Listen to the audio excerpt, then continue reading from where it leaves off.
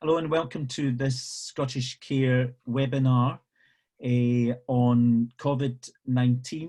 We're absolutely delighted to have Professor Graham Ellis joining us, and I'll get Graham to introduce himself in a few moments' time. But as is normal practice, we will wait until we think that everybody who wants to take part is online. For those of you who don't know, I'm Donald McCaskill, the CEO of Scottish Care, and I'm joined by Karen Hedge, our National Director. Karen will say a quick hello. Hi there, thanks for joining us today. As Donald says, it's great to have Professor Graham Ellis with us to give us some sort of feedback for all your burning questions that you have. So look forward to hearing from you as we go on today. Okay, so Graham, would you like to introduce yourself and just say who you are? Sure, thank you for inviting me. So my name is Graham Ellis and I am a geriatrician to trade, so I deal with older people and I work clinically in Lanarkshire. We have a base in Monklands Hospital and I work predominantly with hospital at home teams, so we're out in the community and going into care homes. But I have a secondary role in Scottish Government. 2 days a week I'm employed to support the Chief Medical Officer. So I've been closely involved in trying to orchestrate whatever support and guidance is useful for the care sector to try and help them in this critical time. So I'm really keen to support any questions people have got and kind of delighted to be invited. So thank you for having me. Graham, thank you. And Graham has been primarily responsible for drawing up the guidance both on care homes and care home housing support. So for the first part of this webinar, and so that we don't keep Graham any longer than necessary, we will solely focus on questions relating to that guidance and associated issues of protection, etc. So just in the usual pattern, can I remind everybody that to ask a question, you click on the chat box, you write your question in to all panelists and attendees so that it's clear to everybody what the questions are and so that we can have a record of them. If we don't manage to answer all the questions today, we'll make sure that the answers are posted.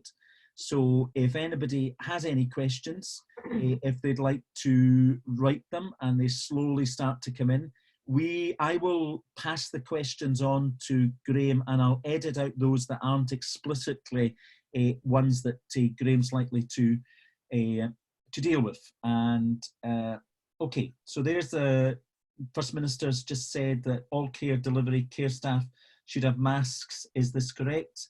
As I can't see it on the news, somebody's reported. Now, I know the answer to that, but Graham, do you want to respond? Might be easier if you answer that one. See, No. Before I get into my question and answer, I'm really keen to say just a massive thank you to all of you, because I'm conscious how much our most vulnerable population depend on you. And I do worry about you and I'm keen to support and help you in whatever way we can. And when people are out clapping tonight, I will be clapping for you as I did last week. So I just really want it on record that I'm grateful for all that you do. Coming on to the question of PPE, there's often a lot of anxiety about that, so I'm happy to take questions on that. PPE is ordinarily for our setting, because I wear the same PPE as you, in someone who has symptoms or you suspect has symptoms or who's been confirmed as having COVID. It's simply a surgical face mask, same as that one, the kind of blue side on the outside, plastic apron and a pair of gloves. The guidance is that you wear that when dealing with someone who's positive and you remove it before you leave the house and put it in a bin, ideally by the front door before you leave. So that's the kind of PPE you should be using if someone is either suspected or confirmed. And obviously in many cases we'll be dealing with people who are suspected rather than confirmed because of the nature of the beast. And in terms of getting PPE, I gather that there are distribution centres in your local area that should be providing you with PPE on the same status as health workers. Obviously, there's just a challenge in getting enough and getting it out there, but I understand that there is a flow, there is a method, there is a process, and you should have access to PPE for patients that you need. One small thing which people, including me, are being told is if someone doesn't need PPE. If you don't need to wear the mask when dealing with someone, if they're not symptomatic, they're not suspected, do please try and avoid using up the equipment, because there is a challenge in terms of making sure that it goes far enough. But if someone's positive or has it, then do wear the mask. And the other thing that we've been advising is, if you're going into someone, because you might well wear gloves and an apron anyway for routine care, if you're going into someone who isn't suspected, but they are suddenly, you come upon them and they're unwell, they've got a cough or temperature, so long as you're not within 2 meters, you've got time to put on a mask before you approach them, so you can do that as well.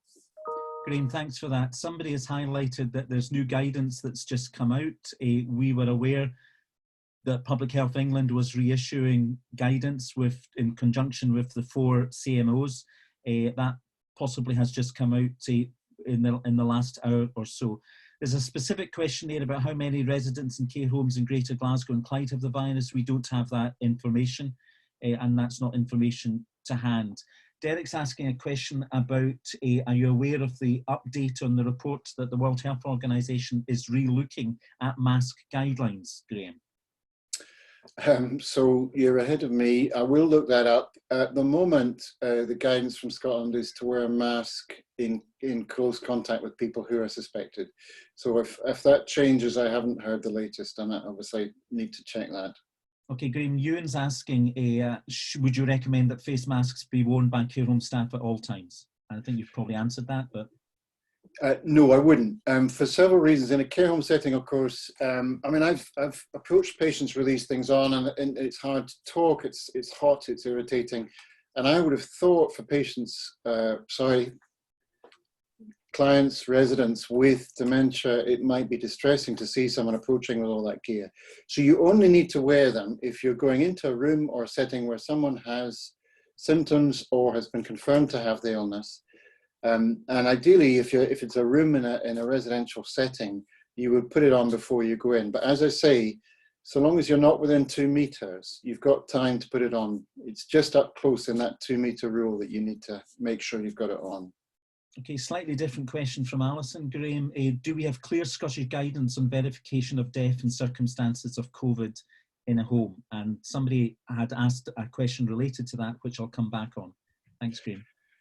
So there's been a change in the registration of COVID, which may sound a bit technical and a bit unnecessary. It used to be a public health notifiable illness, meaning that every case had to be notified to the Procurator Fiscal on the point of death.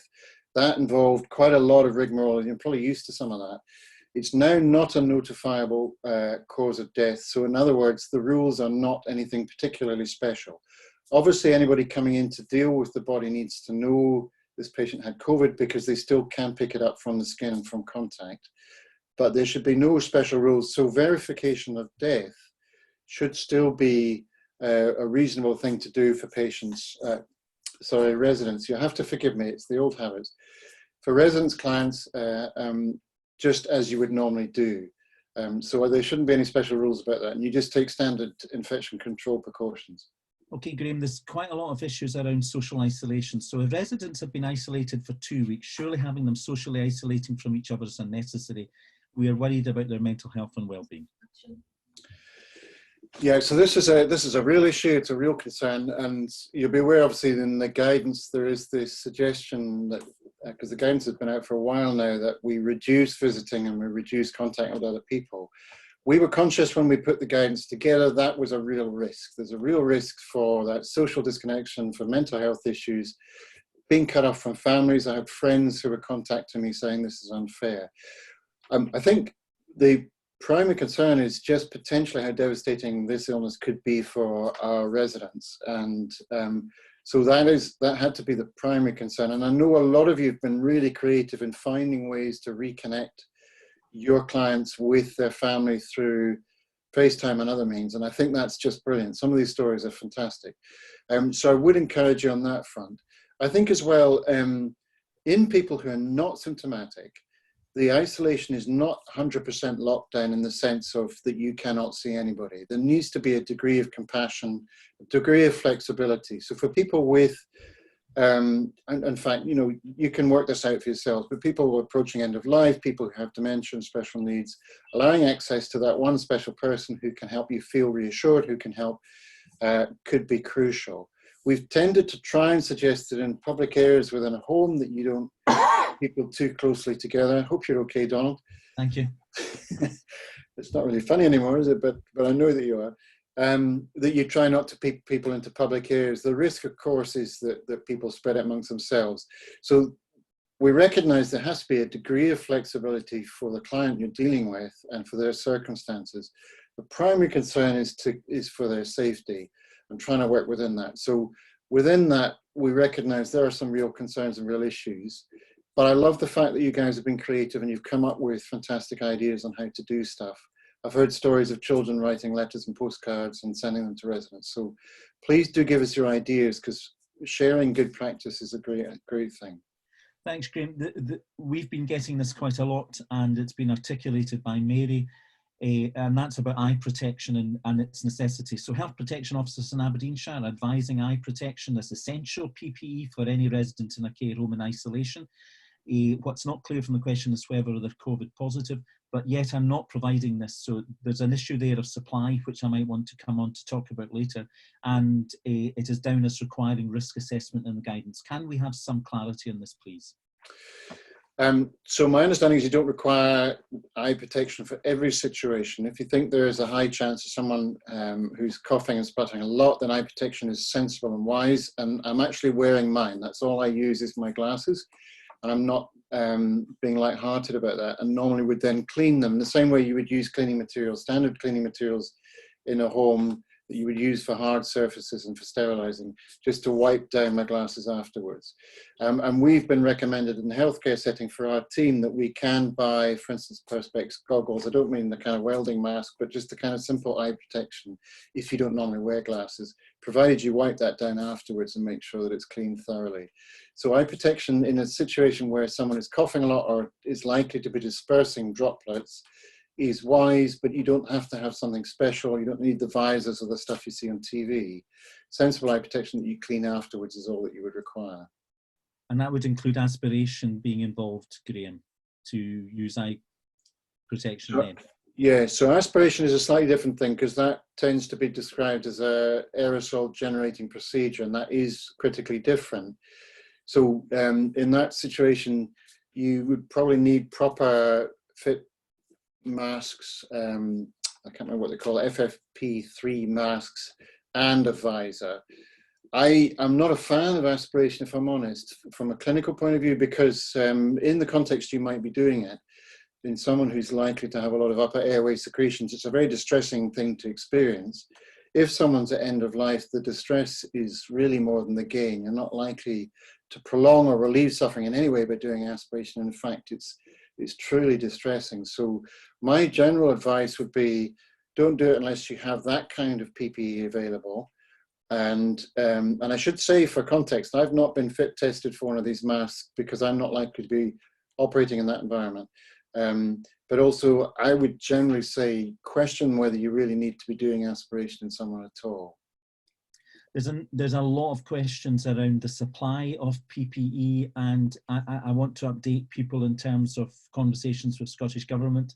But so I will come back to these later, but if we can deal with some of the issues.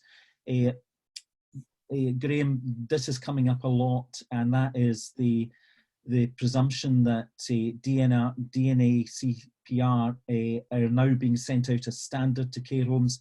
We've got a couple of questions about GPs and instances GPs refusing to go into care homes. So do you want to make a comment about that whole issue of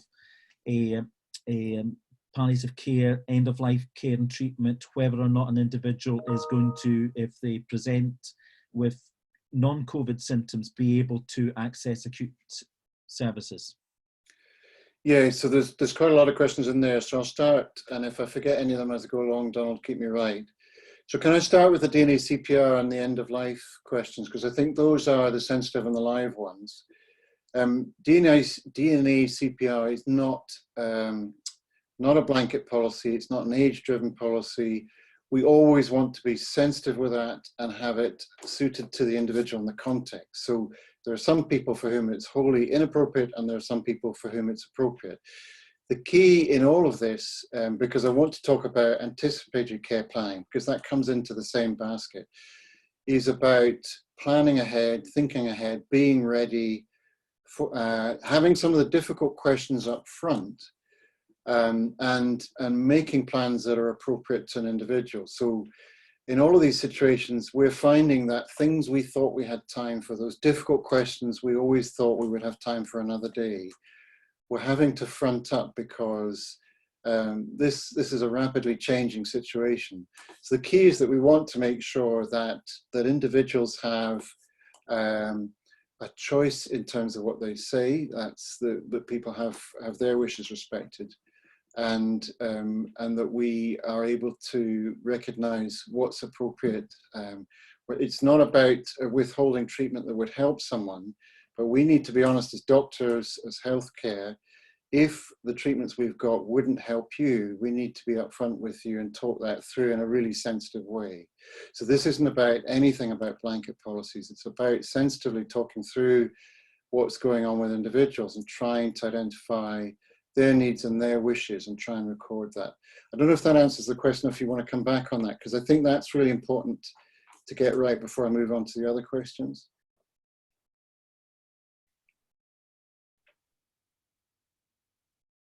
I think it can, whilst you were waiting for maybe a response to that Graham, there's another question about receiving people back from hospital. Should they be sent back with a supply of PPE as we struggle to get enough? Yeah, I'll deal with that one, and then I realised there are other questions you had dealt with. I just want to make sure, because that issue of DNA CPI and ACP is quite sensitive, so I want to make sure that people feel that's been dealt with, because it's a kind of live issue in the news. In terms of people coming back from hospital with personal protective equipment and so on, supplies, I don't imagine hospitals are massive storehouses of PPE. So we have the same challenges that you have in terms of supply. So we are looking to get supply into wards in the same way that you're looking to get it into care homes. So I don't think that hospitals can be a supply for equipment, and you should try and get that through your routine means. It's also worth knowing if the patient is still positive when they come back. If they've had their time, if they served their 7 days and they're better, then you don't have that issue to worry about. You'd asked earlier on, Donald, about GPs coming into care homes. So there's two sides to this. Obviously, GPs are trying to minimize contact, not necessarily to protect themselves, but to protect the number of people that they see. So they're regularly seeing people, and the risk from healthcare and from care is that we pass it from one client or patient to the next, not necessarily that we pick it up ourselves. So GPs, I think, are trying to be careful around footfall into care homes and reflect the fact if they've come from someone who's infected and they come into your environment, there's a risk to you. So they have to be a bit careful. They are also finding that, like everyone, the workload is going up in the strangest and challenging ways. So they are trying to find ways to use near me and video contact to try and get in touch. So they will be using more of that and trying to liaise with you. I'm not about to defend anyone who isn't coming in, who needs to come in and see patients. I think that's something you need to pick up locally. You may find variation when that home's experiences are very different on that front. If you need help, you should be able to get help. We'll try and deliver that help in a non-contact way, and that's because of this issue of footfall. But other than that, you should be able to get help when you need it. Okay. There's a question, which is a very practical one. Do staff need to keep a 2-metre rule whilst they're working in a care home? So that's interesting, because what we're finding in hospitals is there isn't enough room in the building for 2 meters from everybody. And of course, we're packed full of people and we're seeing patients. In the ideal setting, you would try and maintain that distance in a care home setting. But and I think I'm not sure how workable that is for us. So I'm not sure that people should be paranoid about that. And we had a highly illegal group hug last week, but because we needed to, because someone was quite distressed. So I would suggest if you can keep your distance, minimise that, but I wouldn't be paranoid about it. I think it's And that would apply, Graham, I presume, to providing home care in somebody's house, doubling up with staff to engage in personal and intimate care. Yeah, I can't imagine how you can do that from 2 meters away. So you've got to just use common sense. And again, use the gloves, apron, mask, glasses or goggles if you need, and make sure that you wash your hands or use alcohol gel, but wash your hands ideally with soap and water, and use paper towels if you can. So common sense. Okay, this seems to be coming up quite a lot, and it would be interesting to get your observation, and that's where district nurses in the community are going into people's houses, let's just say fully geared up, and then the home carer is coming in with nothing, and the families are upset or saying to the home carer, we don't want you here without protection. What's your view on that? And this is a non-symptomatic. So in a non-symptomatic person, I don't think they should be geared up more than they would normally do for normal patient contact. And I gather for a district nurse, that might mean gloves and an apron if you're doing a dressing change or an insulin. I'm told that's fairly normal, but fully gearing up in someone who has no symptoms is likely to create panic and anxiety, but also is likely to use up vital PPE. So I'm not encouraging that. Okay. Graham, there's a set of questions around people at the point of discharge into services who are either COVID positive or indeed who are indeterminate. What should be the isolation period, for instance, in a care home? So we've suggested, and I think in fact this was your idea, Donald, that if someone's coming back from hospital and they're asymptomatic, that they could be isolated for 7 days, a bit like people are social isolating at home, just to ensure that there are no symptoms developing in that 7-day time. That's for people who are asymptomatic from hospital. People who are symptomatic, you would actually just take the same approach. You would isolate them for 7 days, use PPE and just nurse them. Usually they'll be on the recovery, but there may be some people who are coming back because, of course, their home where you work is the most appropriate place for that person to be. You're the face they know, you understand their routines and you understand them better than a hospital. So there may be appropriate times where people are resettling back home, but the advice would be isolate for 7 days. Okay, there's a question which again comes up quite a lot, and that's HPS advising that we isolate people if they're coat a bit off. As this covers most of our residents, it's quite stressful for them. And you know, it falls back into the reality that many individuals are a bit off in care homes. So it adds additional pressure on the lack of face masks. Any comment, Graham? Yeah, so you guys are expert on this. This is my field. Older people, particularly older people who are frail, if they get an illness, they're going to present in a slightly more atypical fashion. It's not the textbook cough, temperature, aching muscles and tiredness. So they may be a bit off. We're finding this a bit challenging too, in that it's not always easy to know if people aren't coming in with those classic symptoms. Things to look out for perhaps in older people are loss of appetite, real fatigue and tiredness or sleepiness, and of course a temperature and then a cough as well. So I think there's a bit about being vigilant. And I think the other factor, particularly for a care home setting, is of course you know your clients and your residents well. You know when Jean does this every so often and that's what she does, and when she looks different and when that's a cause for concern. So I would trust your instincts. Be aware that some people will be a bit atypical, as we would describe it. They don't follow the rules of what you're supposed to look like when you're ill. But I don't think for every little sniffle or every little problem that you should be getting paranoid about things. If you have concern, take common sense approach. I'm going to take one more question for Graham and then give him a bit of a break and get a Karen to answer a question. Graham, a local school has donated science eye goggles for us to use as eye protection. Is this okay? Absolutely, and if they've got a spare pair, I'll take some. I think that's really good. I think that just coming back to the eye protection issue that you mentioned earlier on, those are ideal. They're indestructible. You can wash them down, soak them in bleach, whatever it is that you would normally use, and they'll be ready to use again. So I think that's a really good thing. Okay, I'm going to ask Karen to see, there's a lot of questions and people concerned about even with the new system of the dispersal points, not sufficient PPE equipment to act in a preventative manner. Karen, could you briefly describe the new system and our representations to both a Cabinet Secretary and others, and then I'll come back to Graham. Thanks, Karen. No problem. We absolutely hear that this is the #1 challenge for all of our providers, access to PPE. So as you're aware, the triage system was set up just short of 2 weeks ago now. I think, although time is passing by very quickly, as it will be for all of you. And it was set up as first priority would be for those confirmed cases or those suspected cases to access PPE. So the purpose was that, you know, most providers would have their own supply of PPE equipment, and this would be responding in those sort of priority cases who didn't have enough specialist stuff. That has then moved, and feedback response from yourselves, you know, you've said that it's not moving quickly enough, it's not getting out to you quickly enough. So the triage system actually doubled in size. And double the number of couriers to improve the time taken to get products out to you.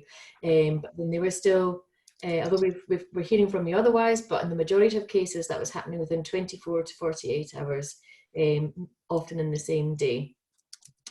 Now, we continue to hear from you that that was a problem and was not happening quickly enough. So in response to that, local distribution hubs are in the process of being set up. And this is the key bit here. You all know what it's like working with health and social care partnerships across Scotland. Some are quicker than others, and that's just the nature of it. So some of you will be able to access through your local distribution hubs. Others will not be in that position yet. The key thing to know here is that no matter which way you receive your PPE, you still go through the triage system first. And it is at that point of the triage system that they know whether or not it is mobilised within your own area or not. So if it is mobilised in your own area, you will then be asked to go to the distribution hub and to take your Care Inspectorate registration number and your identification and the unique ticket reference, because each box of PPE has a unique ticket reference for each delivery that it goes out on, so they can track and trace every single product that they send out, and they know exactly where it is, who's signed for it, and where it's gone. If you do not have a distribution hub in your area at this point in time, it will be delivered to you. Now, we completely and utterly understand and wholly agree with you that it's not appropriate or adequate at this point in time. The system is not up and running and responding in the way that you need it to. Now, we know that those working in the triage have been pulling all the stops and working, you know, 12 hours a day and more to do what they can for you. But we are continuing to push to review the system, to look at the numbers and the quantity of PPE that you're receiving and the method for getting that out to you. We've raised it with Scottish Government and will still continue to do so, and Donald will be raising it in his meeting with the Cabinet Secretary tomorrow. Just thank you, Karen. Just if I can feed in, there's a number of comments about you struggling to get orders through. I've been in discussions this morning with colleagues across the United Kingdom, and we're very aware that even those of you who've managed to secure an order, that some of those orders have been stopped by customs and officials and been transferred to the NHS. Now, there is a huge issue here. It is not a satisfactory course of action. We are supposed to be supplementing the triage system, not using the triage system as the only means of PPE access. So that, again, I will raise tomorrow, as others have in Westminster and elsewhere, because we need to stop that practice. Otherwise, we'll have an imbalance in the system. We have, in addition to that, though, raised with Scottish Government and those working in the triage system that supply chains are not working for the sector at this point in time, so that the triage system needs to consider that in their purchasing and their delivery going forward. I'm going to come back to Graham. Thanks, Karen. And Graham, there's a practical question here as, what would your thoughts be on cutlery and crockery in the care home with a confirmed case? Would you expect we use disposable items instead? Yeah, so sorry, I was trying to, there's so many good questions there. I was trying to get into the texting answers to that, and I'm not doing very well. I can't multitask. So cutlery and crockery, no, your standard dishwasher, your standard cleaning equipment will get rid of the virus completely. So you don't need anything disposable for that. Okay. So there is a question which is further up, and it may have been one that you've tried to answer, from Tanya, who's saying, with all respect, I would not feel safe caring for a person with COVID who is actively coughing, only wearing a surgical face mask. FFP3 style masks are recommended by HSE for caring for individuals with respiratory infection, along with eye protection. So I'm glad you raised that, because I saw that, but didn't get a chance to come back to it. So I've not been fitted for an FFP3 mask. I have no idea what, because you need specially fitted. So I'm still using surgical, and there's a really important explanation behind this and behind how it's spread that I think helps, because my staff originally had the same anxieties. Normal flu is often spread when you sneeze. And when you sneeze, you create a mist that can travel for several meters. And that means that essentially that infective material passes quite far. But in COVID-19 or coronavirus, it is not spread that way. So it's spread by coughing, which is, and I have to get quite gross with this in order to explain it, but sneeze is really fine mist, you can't see it, it spreads far. Cough is small droplets, the kind of thing that land on your shirt and that sort of stuff, but can't really spread more than about a meter. So the 2 meter rule is a kind of really safe barrier. The 1 meter is about as far as you can cough anything. So in other words, the mask is all you need to protect you from cough spread, because it's droplet size. It can't get past the mask because it's a waterproof front, and you're not inhaling a gas or a vapor or a spray in the way that you would if it's a sneeze type scenario. And that difference is really important, because in cases where you're not doing what they call aerosol generating procedures, you're really dealing with cough spread. And of course, the other thing is that if people get it on their hands, they touch objects, they pick it up from that, or they put it in their eyes and so on. So that's the reason that this is good enough. It'll be good enough for me. It's good enough for staff in an A&E department. The stuff you see on the news, and remember, the news love the scary story and the big fancy suits.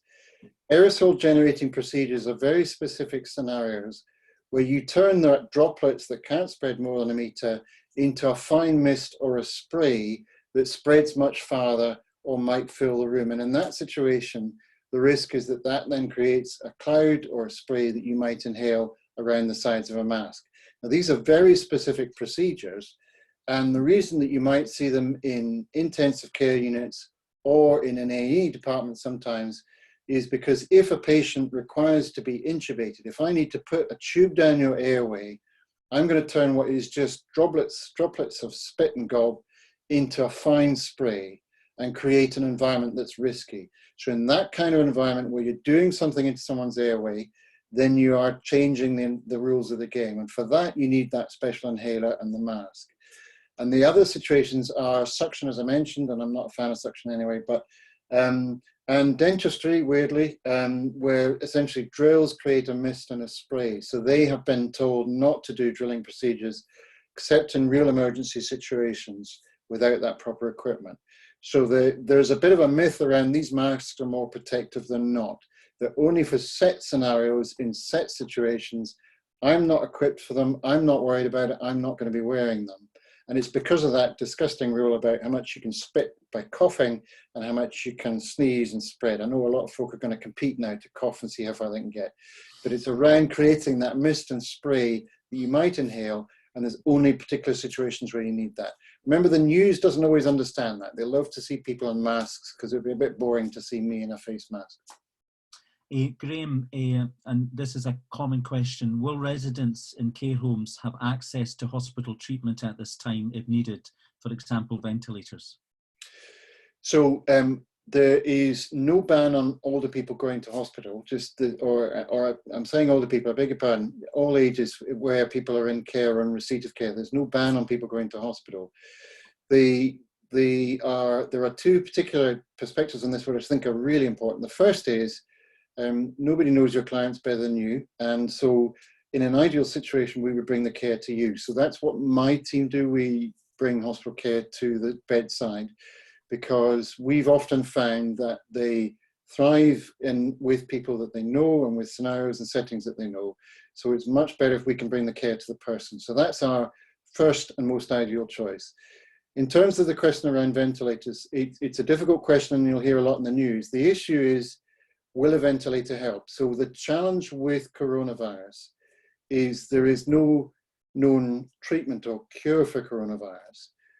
It has to work its course, and a ventilator only plays a role to buy you time. You may have heard that, but all it does is it helps buy you time while your body fights the illness. So that means that it's only necessarily going to help buy time for people who have the physical fitness and ability to fight this illness and shake it off. And that isn't, unfortunately, everyone. And so in normal intensive care units, there's always a question when someone is critically ill, they always have to think, will an intensive care unit save this person's life? So in that situation, they're often having to weigh up the background history of someone's complex medical problems, their physical fitness, and so on. So unfortunately, for many of the patients that you and I see, a ventilator will not help them. It will not help cure this illness, and we have to have some difficult conversations. There's no blanket rule on this, and the question is taking into account each individual situation. But it's important to explain that for many, many people, ventilator is not the answer. It's not like you get this and you will be okay. It's a difficult situation, and we have to do what we can based on an individual's needs. Graham, a couple of practical things here. Morag saying we were advised that loose bowels or diarrhea could be a symptom. Is this the case? Yeah, so I was trying to get smart at messaging, so I tried to send a message to Morag on that one. So yes, they say in 9 to 10% of patients, apologies, I guess they become patients when they become ill, but in 9 to 10% of people, GI symptoms, that's things from vomiting, nausea, or diarrhea, can be symptom. I'm certainly seeing that in some patients, and so it can be something to watch out for. It does make it more challenging to work out, is this related to coronavirus or is this just something else? And I think the challenge at the moment is everybody's thinking about the C word and the coronavirus, but actually ordinary illnesses are still out there. So we just need to be vigilant. Could it be something else going on? But yes, it can be that. And look out for other features of the symptoms of coronavirus: temperature, cough, breathlessness, tiredness, muscle ache, and so on. Okay. If service users who are confirmed positive and returning home after spending 7 days in hospital, how long further do we self-isolate them or use masks whilst providing care at home? So after 7 days, the infection risk is down, unless someone's got ongoing temperatures, in which case they're ill, probably with something else.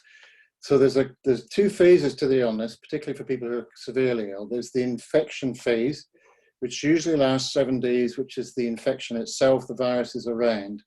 After that is your body trying to handle what's just been happening, what they call the immunological phase. So after 7 days, the temperature's down, they're feeling well, and then they no longer require to be in isolation. That's the same if you are on your own. I'm going to try and bring in another question here, which is why not 14 days? So if you're on your own in a house, the advice is, and you've got symptoms, the advice is to self-isolate for 7 days. If you're in a family like mine and my son gets it, I have to isolate for 14 days. The reason for that is because there's a good chance he'll pass it on to me. And so we need to buy time until we're sure that I'm not going to suddenly catch it from him. I don't know if that makes more sense. Once my 7 days of illness are up, I'm no longer an infection risk and I'm free to come out of isolation. And that applies to your residents. There was a question which has just gone out of my head. I'm kind of losing the plot. It goes with my profession, but related to testing. Has there been questions around testing of staff?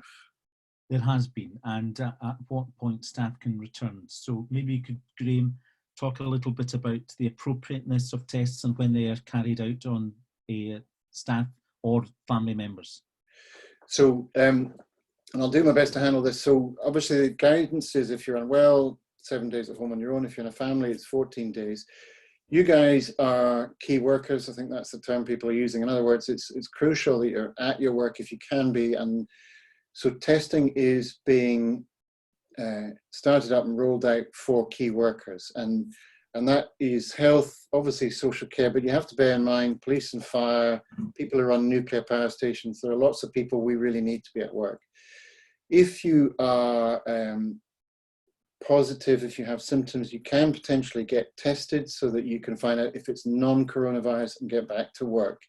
And your local health board area should have facilities for that. You need to bear with them a wee bit because we've had to create these facilities overnight and try and scale up testing. So that's been a challenge. So I've got colleagues working in 2 different boards. One's got tested already and one's still waiting a week later. So there are challenges. The plan is to scale that up so that you can find out early.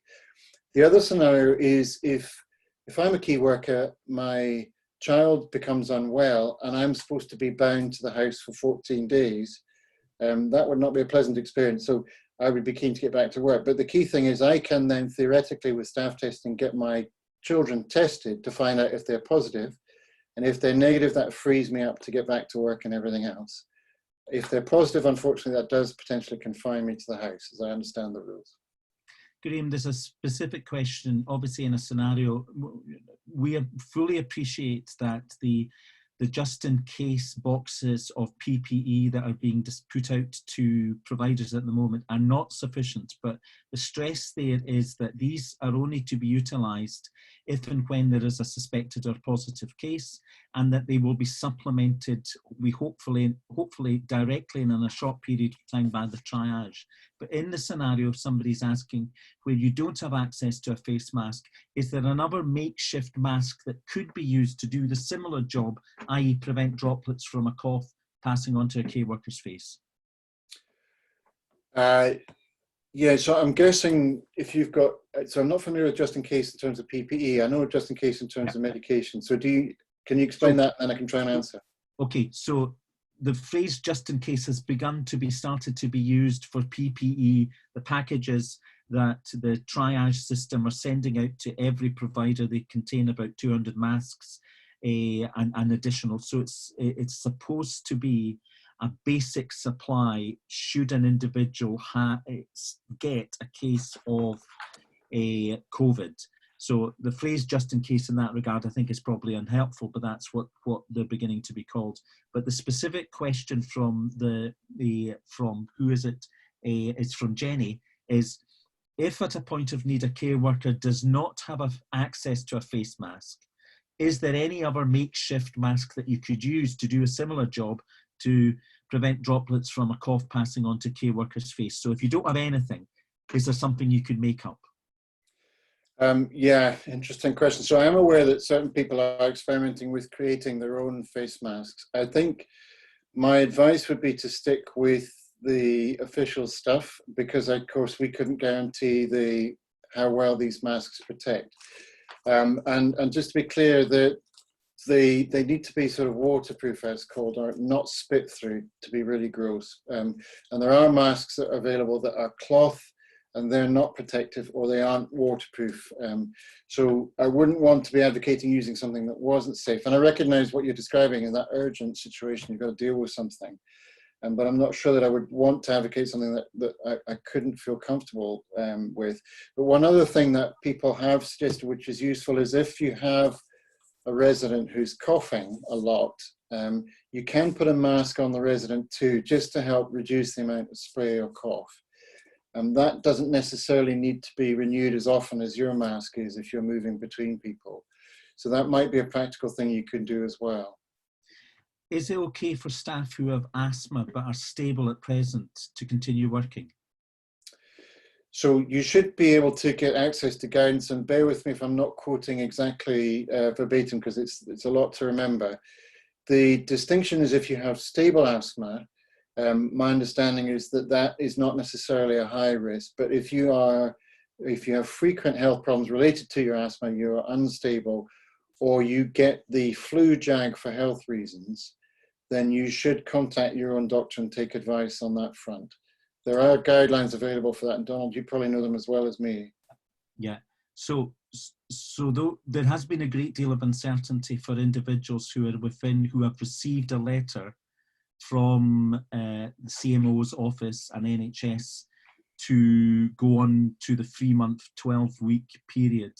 And we're seeking with government a degree of clarity over what precisely is involved for those who have not received the letter, but nevertheless have underlying health conditions, and it's that uncertainty. We're hoping to get a response to that before the end of the week. If I can, I'm trying to get the difficult clinical ones for you, Graham. I've been told that guidance has changed in regard to someone at home on oxygen permanently. Guidance was mask not required, but is it now that mask is required? I also have a pregnant member of staff going into this person. Do I have to remove her? Let me try and remember all the parts of that. So we're advocating nasal cannula, not masks. Because nasal cannula doesn't create that kind of gas situation. Most people who are in a domiciliary situation with oxygen will be on low flow oxygen, which is very low risk. In a hospital emergency situation, you might turn up the volume 5, 6, 10 times compared to what they might be on at home. So it's a low risk situation in domiciliary settings, but we would advocate nasal cannula and not masks. Masks in theory blow oxygen out the way and create spray. It's not a big risk in a domiciliary situation. In terms of the pregnant worker, they shouldn't probably be frontline dealing with COVID positive or patients who are suspected of having coronavirus. There is an issue around pregnancy that we're trying to shield them. We don't know that the risk is high to them, but we're trying to be extra cautious. And you can imagine that there's a high degree of caution around this.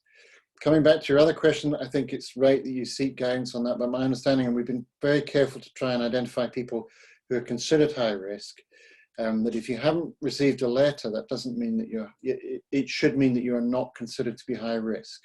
I know that you're going to get clarity on that, and I'm sure that should help a lot of people. There are a lot of conditions that people have that don't put them at extra risk of this. There's an awful lot of paranoia and anxiety, and it's perfectly understandable, but there are many conditions that do not put you at increased risk for this. Back to the DNA CPR issue again, and we've had a number of people saying, GPs asking the care home to get a DNA CPR on all residents.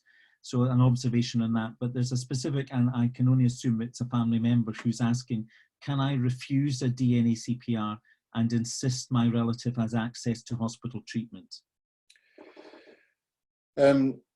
So I'm not sure that we can impose a DNA CPR to flip that round. And because my staff asked me the same question today, they've been dealing with relatives who are quite unrealistic about what their 87-year-old, very frail person is capable of doing. And they've discussed it as sensitively as they can, and someone has refused. So I don't think we can impose that. I think the reason that we want these discussions is, and you will have seen this before, that sometimes it can be distressing how people die. And there is a doctor who started the hospice movement in the UK that says how people die lives with those who remain. And it's important that we make things as dignified and as comfortable and as planned and as person-centered as we can at the end of life. So the challenge with the current environment, with busyness, with anxiety, with all of these difficult conversations is that, that they somehow imply something different to what our core values are. But our core values are absolutely always that people are dignified, they have the support they need, they have a choice in their end of life, and that we record and are sensitive and supportive of their choices. So we're not imposing DNA CPRs, but where people are unrealistic, what concerns me about that, if I can put it one way, is that particularly for families, if anything were to happen, and here's hoping it really doesn't, if anything were to happen, what I would find concerning is the distress to them. So I think having conversations is about preparing people for challenging times, which you hope never come. Thanks, Graham. I'm noting that we've got about 10 minutes left, and there's one or two key areas that we want to touch on. If we can explicitly talk about just-in-case medicines in the traditional palliative context, there's a number of questions relating to that, and you and I know, Graham, that there's an attempt to make the law flexible around the ability of a care home to hold a just-in-case box which is non-individually prescribed, and that hasn't been concluded yet. But what we are getting questions on is, We have heard that there is a shortage of morphine and just-in-case medicines. Can you confirm if this is factual? As this is crucial if we are not admitting residents to hospital, we must be able to treat and keep our residents comfortable. So I can confirm that's not factual. Obviously, there is an anxiety around how much medicines people have, so there probably are rumours spreading, but I'm confirming that there isn't a concern around the provision of morphine. But I do understand the question around the just-in-case situation, and as you know, obviously things are being discussed. It requires heads of pharmacy to explore this, and I understand it has to do with the legal status of a nursing home, and a change which would seem common sense, which would seem the right thing to do, and which we're all keen would happen in order to enable people to have a flexible and adaptable supply of medicines for their clients, requires a change in status and a change in the law, including a change in the House of Lords. So my understanding is people are prepared to go there if they need to make it happen, but are trying to see if there are creative and sensible, simple ways we can come up with solutions to ensure that nobody's left without what they need when they need it. That's my understanding, but you will be fully briefed. No, that's absolutely right, Graham, and I think we need to pay a special tribute to Scotland's Chief Pharmaceutical Officer, Alison Strain, who's been pushing this very hard on behalf of the care home sector. So we're hoping, I would hope, to get some sort of resolution in the next few days before things get even more critical. Just to keep going, again, it's this issue of reporting. We have had 2 recent deaths and both had suspected COVID-19 as a secondary cause of death. We've been told all deaths with respiratory symptoms in care homes will have suspected COVID as a cause of death. Is this true? So if I'm understanding the question right, not everything with respiratory symptoms will be coded as COVID. You still have patients with heart failure, with pulmonary fibrosis, with simple pneumonia. So it has to be appropriate to the individual. In terms of explaining where the death certificate and the secondary element comes in, doctors, when they write death certificates, and you know this, have to put down what's the driver, what caused what in the scenario. So they might, and doctors sometimes will do that differently. Some will say this was COVID, that's your cause of death. Others will say this was overwhelming sepsis secondary to COVID. It's a technicality really. So long as COVID's being recorded, then we're able to get a clear sense of what's going on in terms of what's causing death. But COVID won't be assumed to be the case in every respiratory death. It's just going to be very common, I guess, at the moment. Again, Graham, another palliative question, which is there guidance on family members being in attendance when it is very evident someone is at the end of life? It doesn't say that question that COVID is present, but I suppose that's also a question.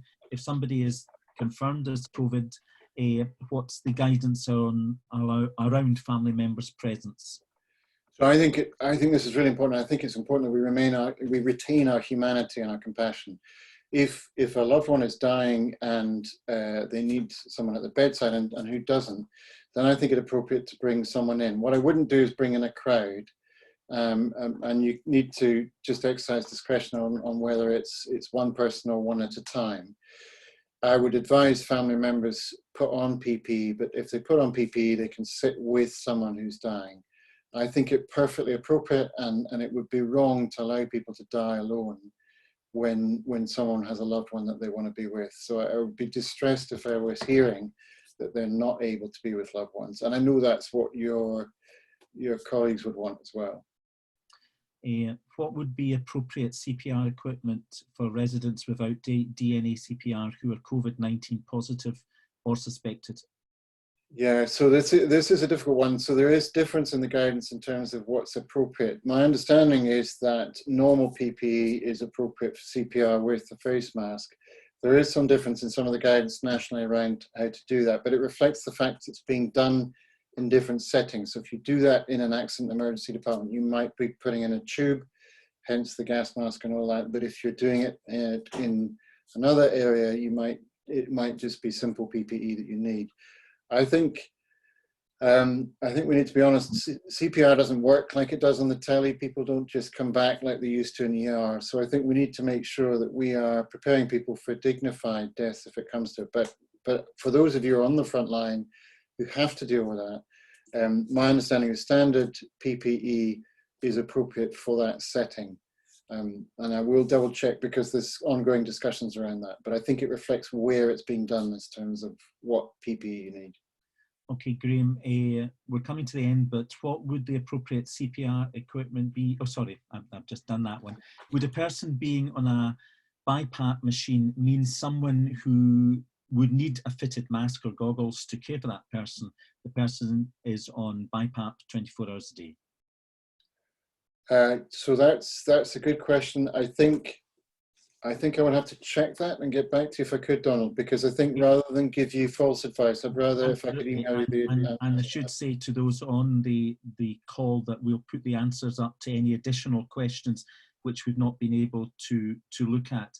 And to give Graham just a very quick break at the end, there have been a number of questions relating to the sheer costs for care home and home care providers of paying huge amounts of money for PPE equipment, for staffing, and the Cabinet Secretary and the First Minister have made it very clear that there will be additional resource given to local authorities to enable organisations to remain in business and sustained charities and organisations. Both Karen and myself have had discussions with Scottish Government and with COSLA. It is hoped that they will revise their guidance, COSLA, for HSCPs by the end of this week. And we've suggested that it would be important to introduce some triage system, a financial triage system for organisations in distress as a baseline, but also to undertake some national models and approaches to enable providers, regardless of which sector, to be able to keep the show on the road. So we will get back to everybody who has asked those questions as soon as we have answers. And I think there's some technical things people are asking a copy of the webinar, and it will be made available to individuals. I'm just scrolling up just to check that we haven't missed anything in terms of... There was a question about ACPs. Just to update you that there's a COVID-specific ACP which was released today and is available on the Scottish Care website and on other routes. Can I briefly come in on that? Just because it's got some really good questions on the front on how to get into that conversation, because for anybody that's not easy. And if you guys feel that you're able to do that, don't feel that you have to wait for someone else to do because you know people better. But if you don't feel able, don't worry. It's just that the questions on the front are so useful. And maybe a last question, or a couple of last questions for you, Graham. Does chronic kidney disease class as high risk, or is it only respiratory? Yeah, I was hoping you wouldn't ask me that one because I've been through the guidance and I can't remember specifically. I'm not sure that it is, but I'd have to check, so I don't want to be misquoted. We'll come back on that. And this is a more general question, I think, which many of us have been asking. And I'm concerned about the UK recovery stats compared to other countries with a far greater recovery rate. Is this because we're testing less than others, or are we simply not coping? Right, so really interesting question. And obviously you'll have heard phrases like flattening the curve, and hence that's why we've got all these measures, schools closed, etc., etc. Basically, that's around controlling the rate at which this virus spreads so that we can actually handle it without our health system falling over. Because then, if our health systems fell over, people would be dying not from the disease, but because of a lack of health care. So that's why we have all these measures. It's a little bit early to know if they're making the impact that we hope that they will, but it's interesting to look at other countries. And obviously, people will have been watching Italy. Italy's quite a frightening thing to watch.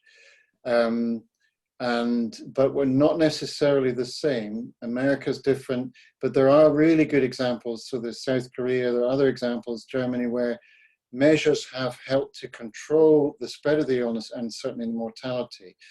My sense, and I'm not saying this with anything that I can stand up in court with, but my sense is that the measures may be starting to take effect.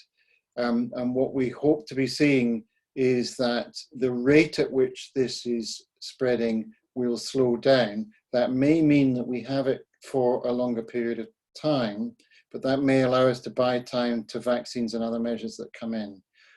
It doesn't mean we're not in for a really bumpy ride. It doesn't mean that we're not going to have to do all the things we planned for. But I'm optimistic. I'm getting the sense that the tide may be turning. I don't want anyone to be complacent. That's why I think that the whole isolation, lockdown, all these things are so crucial. But I am relatively optimistic that we can change the course of this a bit, and that we don't necessarily need to see the sort of stuff we've seen on our TV screens overseas. Graham, that's, I think, an appropriate note of positivity to end on. Can I thank you on behalf of everybody who's taken part in this webinar for giving extremely full, honest answers to a whole wide range of questions. And can I thank everybody who's taken part.